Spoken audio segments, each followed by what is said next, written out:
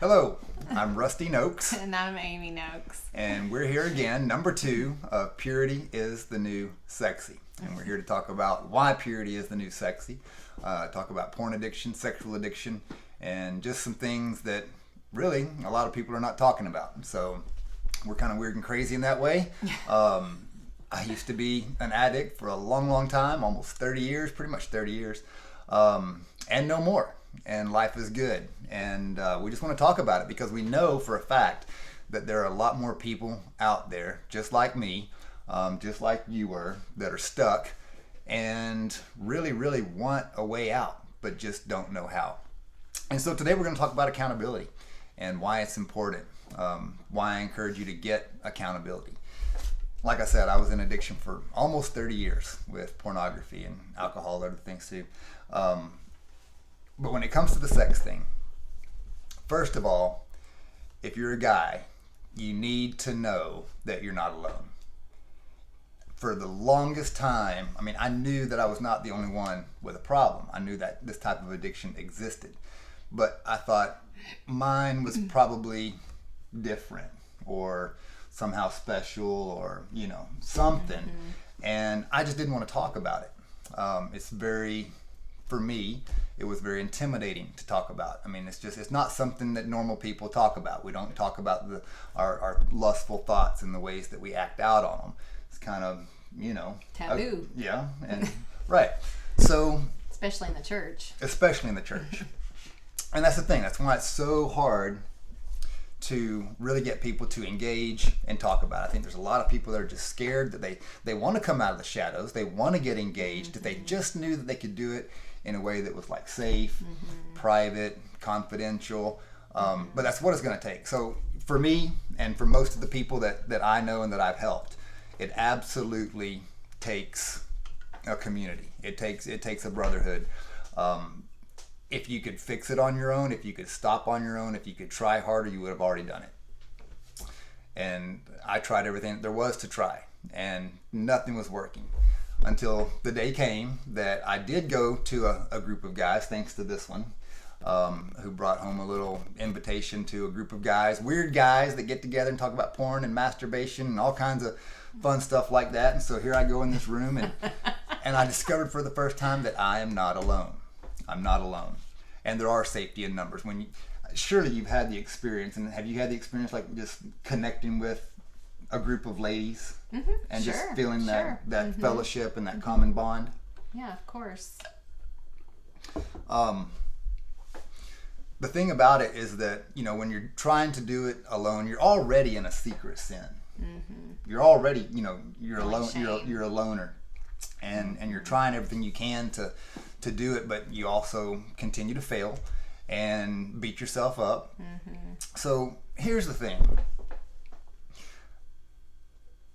I really want you to give some serious thought to telling somebody. If not me and my group, find somebody else. But you're gonna need some brothers. Absolutely, you're gonna need some help. Whenever I was first in it,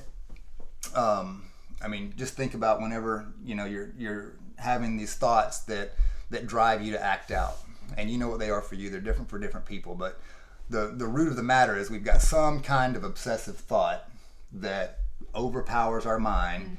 We go limbic in our brain. It overpowers that prefrontal cortex reasoning part, right? And we just continue to act out. But when I was first getting into recovery and getting with a group of guys, it was so refreshing. It was so refreshing just to know that whenever I was having these thoughts that just I couldn't handle it, or if I would get mad at you, or if I get irritable, typically if I get mad at you, if we had an argument, I'd go act out, or if I was sad, or if I was lonely, or whatever, I would just act out. But I had nowhere to go. Like, who are you gonna tell? Right. Like, hey, I just had an argument with my wife. She said this, I said that. Now I'm ticked off, and I just want to do what I always do, which is to help my stress relief and go watch porn and masturbate and have an orgasm, and then feel better for a little while until I feel guilty, and then I start beating myself up, and I feel like a piece of crap. So then I may as well just do it again. But it was refreshing to know that whenever I was having those moments, those itchy moments, I gotta stop shaking the camera. that I had somebody that I could call. I was not alone. I could pick up the phone, talk to somebody that has been doing this longer than me, that can say, hey man, I was there, I know what you're going through, let's talk about it, let's talk about the argument, let's talk about how it makes you feel, let's talk about why you want to act out. Just starting to hash it out. But just the fact that I was able to come out and talk about it, like we're talking about the weather, we're talking about whether we're going to go to, whatever restaurant or what movie. Getting rid of that taboo is so huge. It's liberating. Yeah, it melts the shame. And too. there's just no way to do that alone. There is no way. There is no way to do that alone. So anyway, accountability. Now, speaking of accountability, you hold me accountable in some ways, but do you think that it's always wise for the wife to be part of the man's accountability team? Okay, so I'm going to back up just a little bit. All right. Because you were mentioning early on in recovery, and I want to say that accountability, putting some kind of software, some kind of boundaries, on your computer, phone, whatever, putting that in place is an important first step. Well, and that was part of the accountability with the accountability group. So it's not just being able to make a phone call. It's not just, meeting with guys once in a while and talking about life and talking about the stuff. But it's also about like having that software. So I use accountability to you. There's Covenant Eyes. There's several. But within my men's groups, there are certain men that are part of my accountability team. So if I were to look up something on my phone or computer that has the accountability software on it, you and they will get alerted, right? Right. So, that's part of the accountability. Now, but do you think that there's pros or cons? Like, let's just say that I didn't have the other men in my life, right? Okay. Let's just say that you and I decided that we're going to install the software and you're the only person that's going to be my accountability partner. So I've got several things to say about it, so give me space to say it. I talk too much, sorry. No, you don't talk too much. I just know I'll lose my thoughts, so I'm trying to polite way say let me have it for a second. Please take it. Okay, so so you need accountability early on. And I know there might be some resistance in thought because it's an invasion of privacy. But hello, you lost that privilege. I mean, let's just be honest. You lost that privilege. Good and point. That's okay. And it's okay to lose privileges as adults. We think of that as some kind of childlike thing. But, I try to teach our kids when, they're starting to go out on their own and as teenagers and driving or going here or there, or even when Austin was at home with us, and just be like, just let us know where you are. I know you're like 21, but come on. It's just out of respect of community with one another. You're in a relationship with people, whether it's familial or whatever. You just out of respect, you say, hey, I'm running late, or hey, I'm here, I'm there. It is just respect. And so if you, under our roof, if you chose to not have that respect, you lost a privilege. So kind of the same way with husband and wife. I mean, you're one flesh. You should be moving and, so yeah, you're separate people, but you're also one flesh and moving as such. And it's important. Yes. Go ahead. Well, I don't know. I'll lose my thought. So it's important to understand that it's a loss of privilege. If you choose to try to separate that one flesh, you lost your privilege to be, alone. So you need to have some accountability. There is a fly that's driving me crazy. Anyway, so yeah. Now, if you were the only person that was on my accountability I'm getting team, to that. Okay, I'm getting to that. that. I thought you were done. No, My bad. I'm not. Keep You wanted going. to say something, so. Well, it may or may not have. Go ahead. Finish. Okay, so for us, in the accountability, it's good. I'm okay with it. I'm trained a little bit in, in a little bit of counseling, so it doesn't bother me to be his accountability partner, but I have asked him, I don't want to be your only one. Because there are a lot of women, I don't know that I would say that you should be the one that's the accountability person. I think he should have his group and a certain person that keeps him, clean and close. And we just happen to have a certain relationship where I don't mind that, but he does have backups as well. Right. So if you were my only one, though, let's just go back to when it was first starting to happen, and if I didn't have the men, if it was just you. So you were still very fresh in your whole trauma, right? And when you're first in recovery, most of the time there's a few little whoopsies, right? Right. So if you're fresh on the hurt, and hey, I'm glad my guy's, now taking this on, he's got the software, but if you're the only one getting alerted, it's like, it's too much. It depends on the person, your personality.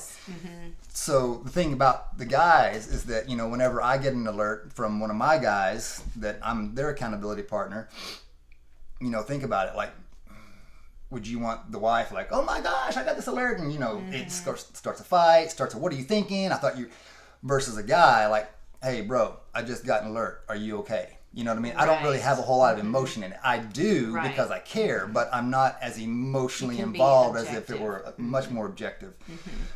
So that's the biggest thing about the accountability, just having people around you so that you don't feel alone.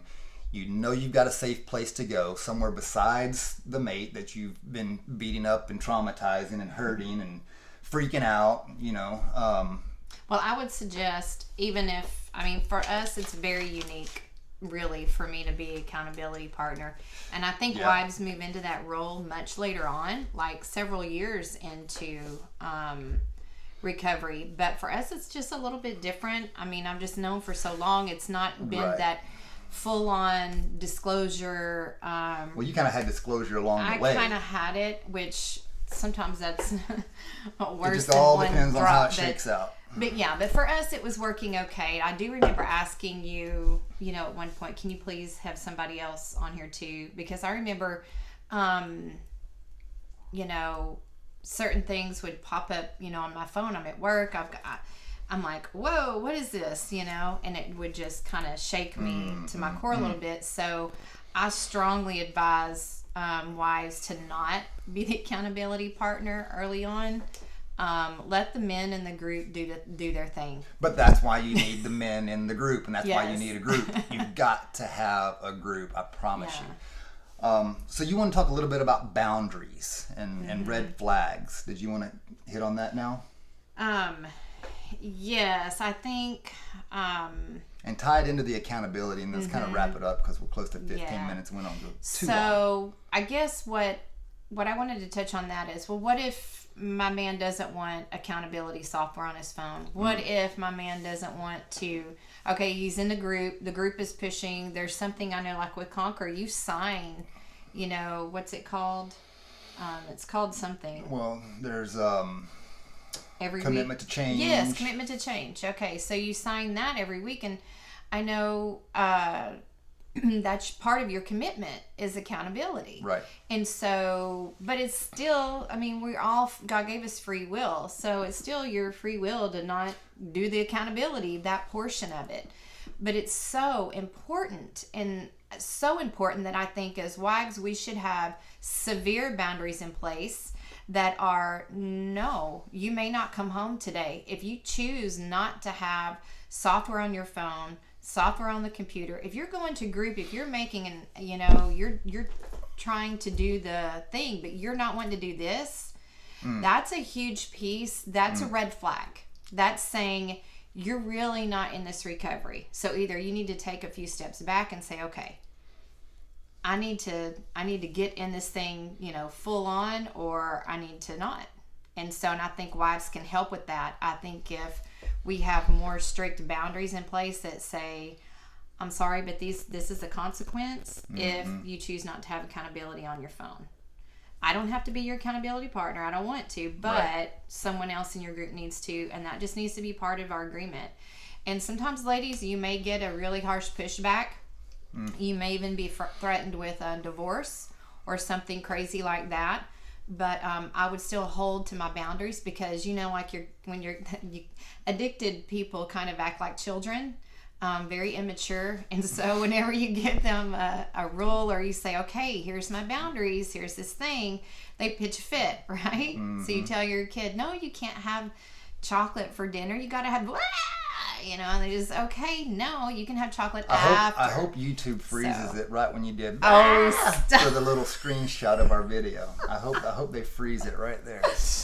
Anyway, so that's just what I wanted to say about boundaries. Don't be afraid of strict boundaries, but please make sure that you use kindness. Kindness. I know one thing that I Ladies, had to learn. be kind to your man. I know one thing that, and it can be difficult because you think we get the emotion. The trauma that women experience in something like this is akin to PTSD and rape. So please understand how sensitive and tender you are, and that if you are reacting in an angry way, or you are upset, or you are reacting instead of acting, that is that trauma. That is your part of your brain saying, we need to take a time out. We need to get help for ourselves. And when you put boundaries in place, and even if there's a separation, sometimes separations are not bad. It gives him a chance to get some healing, and it gives you a chance to get some healing. And as long as you have your support groups, that keep you not separated because you're going to get divorced, separated so you can heal. Right. So it's like you're still together, you're still married, you don't plan on divorce, you're just separating for a moment to say, we need to heal separately so that when we come together, it's not an atomic bomb. Right. So I had to learn how to do that, because we couldn't afford, a lot of couples, you can't afford to physically be apart, but you can be apart, maybe emotionally. And so you need to make sure that you're not afraid of boundaries, and you're not afraid to get healing and go into group for yourself. Cool stuff. Well, that's about it. We're going to wrap it up, close to 20 minutes here. For those of y'all that checked in on this, watching, whatever, we know that this is a tough sled. It's an uphill climb all the way. A lot of people run from this topic, especially people in the church. People just don't know. They're just uncomfortable talking about it. And I was too, believe me. I mean, I was not the guy that would talk about pornography and masturbation and all. In church. You know what I mean? It's just like, ugh. But I think the more we talk about it and make it just like, sin is sin, right? Right. None greater than the other. And no one sin is going to send you to hell any more than the other or less. So it's just sin. It's a serious one. It causes a lot of damage, more than some. But at the end of the day, it's no more sin than anything else. And we've got to just air it out, talk about it, make it become less taboo, make it so that people feel more comfortable about it. So please like, share, comment. If you have questions, ask questions. Just engage this post. If you're a dude, I've got a Facebook group. It'll be in the text on the link. Facebook.com/groups/purity is the new sexy. That's my Facebook group, private, confidential. We do work in there. As a matter of fact, let me just tell you this. I kicked out everybody in the group a few days ago, a couple of days ago. I kicked everybody out of the group. If you come into my group, there are groups where they'll let you be a wallflower. There are groups where you can read posts and just, never engage. Go find those groups if that's the group that you want. If you are going to run with me, you're going to run, and we're going to do the thing. I'm not a slave driver. I've got a very compassionate heart. But if you want to run with me in this deal, then you need to be ready to put your big boy pants on and put your boxing gloves on, because it's going to be a fight, and we're going to do this thing. We're going to win it. But get in the group. Engage. Just get in. It's kind of like jumping. If you've ever gone into one of those cold pools, like right about now, it's pool season. The water's still a little bit chilly, and I got in it the other day, and it was freezing. But you know what? After about that first just few seconds, it's all right, and it's okay, and you're glad you did it, and everything's great, and you're swimming. It's kind of like that. Don't be afraid. Do not be afraid. You know somewhere deep in your heart that the day's coming where you're gonna have to just face what's inside of you and get some help. So I encourage you to get on board. I hope that you do. I hope that you'll connect with me in the group and get to work on this. Also, your group for the ladies. And ladies, even if your guy is not willing to get in the game yet, if your guy is just still on the sidelines and not engaged, you still need help and you still need support. And we know that you're struggling. We know that you're hurting. We know that you probably feel despair, all that stuff. Your group is for that. Yes, kingdom living above the line. That's just a metaphor for where kingdom living is. It's above that line, you know, out on top of the water, running on top of the water instead of trying to tread water. So that's kind of how my brain worked that out. But yeah, and there's it's a small group, so safe in there too. I've actually had 2 guys join the group since I kicked everybody out, and they're good. you know, playing ball. So I've kind of just established that as a boundary, and it's not to be rude or non-inclusive. I want to include anybody that wants to help, but at the same time, if you're going to get in the game, then get in the game. Also, I am waiting on a special series to kick in, and when that happens, then I will do a women's group in the same way that you're doing Conquer. Right on. So I'll do that. It's there's 2 different things I can do. There's the Unstuck through Doug Weiss. There is Beyond Betrayal and Beyond, which is I've started this one. This one's good. And then there's a video series. So I'm waiting on that to come out to see which one I wanna go with. And so we're done. Just real quick, just so you know, it's not just about coming into a group and just airing out your dirty laundry and just talking about it all the time. That's some of it, but you know, there's so many good curriculums now. The one that what was this Pure called? Desire Betrayal Ministries, and yeah, Beyond. this one. The Conquer series, which I lead men through, 7 Pillars, Warpath. There's so many great curriculums. So if you come into a fellowship like mine, it's not just going to be, you know, me giving you opinions. It's not going to be just us, you know, swapping stories and exchanging information. There's some of that, but at the same time, we go into curriculums. Not mine. We're talking about guys that are doctors and PhDs that have been doing this for decades. And it's really, really good stuff. You learn so much about the brain. You learn about the neurochemistry. You talk about being transformed by the renewing of your mind. The scripture was The science that backs that up. Is that what scripture is that? Is that James? But that's literal. You got to be transformed by the renewing of your mind. But typically that doesn't happen just by God zapping you and renewing your mind. It takes work that He has designed to walk us through to do that renewal process. And it works. So, guys, there is hope. My heart goes out to you. I'm begging you. If you love your wife, man, get some help, because you're crushing her and you're breaking her heart. And I know you don't want to do that. And I know you want to be a man that's got integrity, that can look himself in the mirror and just know that you are not being impure, and that your marriage, your physical relationship with your wife is intact. And you're healthy, and you're thinking healthy. So it's a process. And to be honest with you, you can get sober in about 90 days, but it takes 2 to 5 years to renew your mind. 2 to 5 years. So just heads up, it ain't no easy walk, but it's doable. And I've done it. If I can do it, anybody can do it. I promise you. So with that said, anything else from you, or are you done? That's it? All right. Guys, purity. It's the new sexy. Am I right? Yes, for it's sure. Sexy, right? Yes. She loves my purity. And your wife is going to love your purity. She will find you so sexy. And you will find her sexy, sexier than ever. The relationship will be so much better, so much richer. Everything gets better. Everything gets better when you don't have all the obsessive thoughts in your head that drive you to act out. So this is as close as you'll ever get to seeing porn with us. All right. We love you. See you next time. Bye.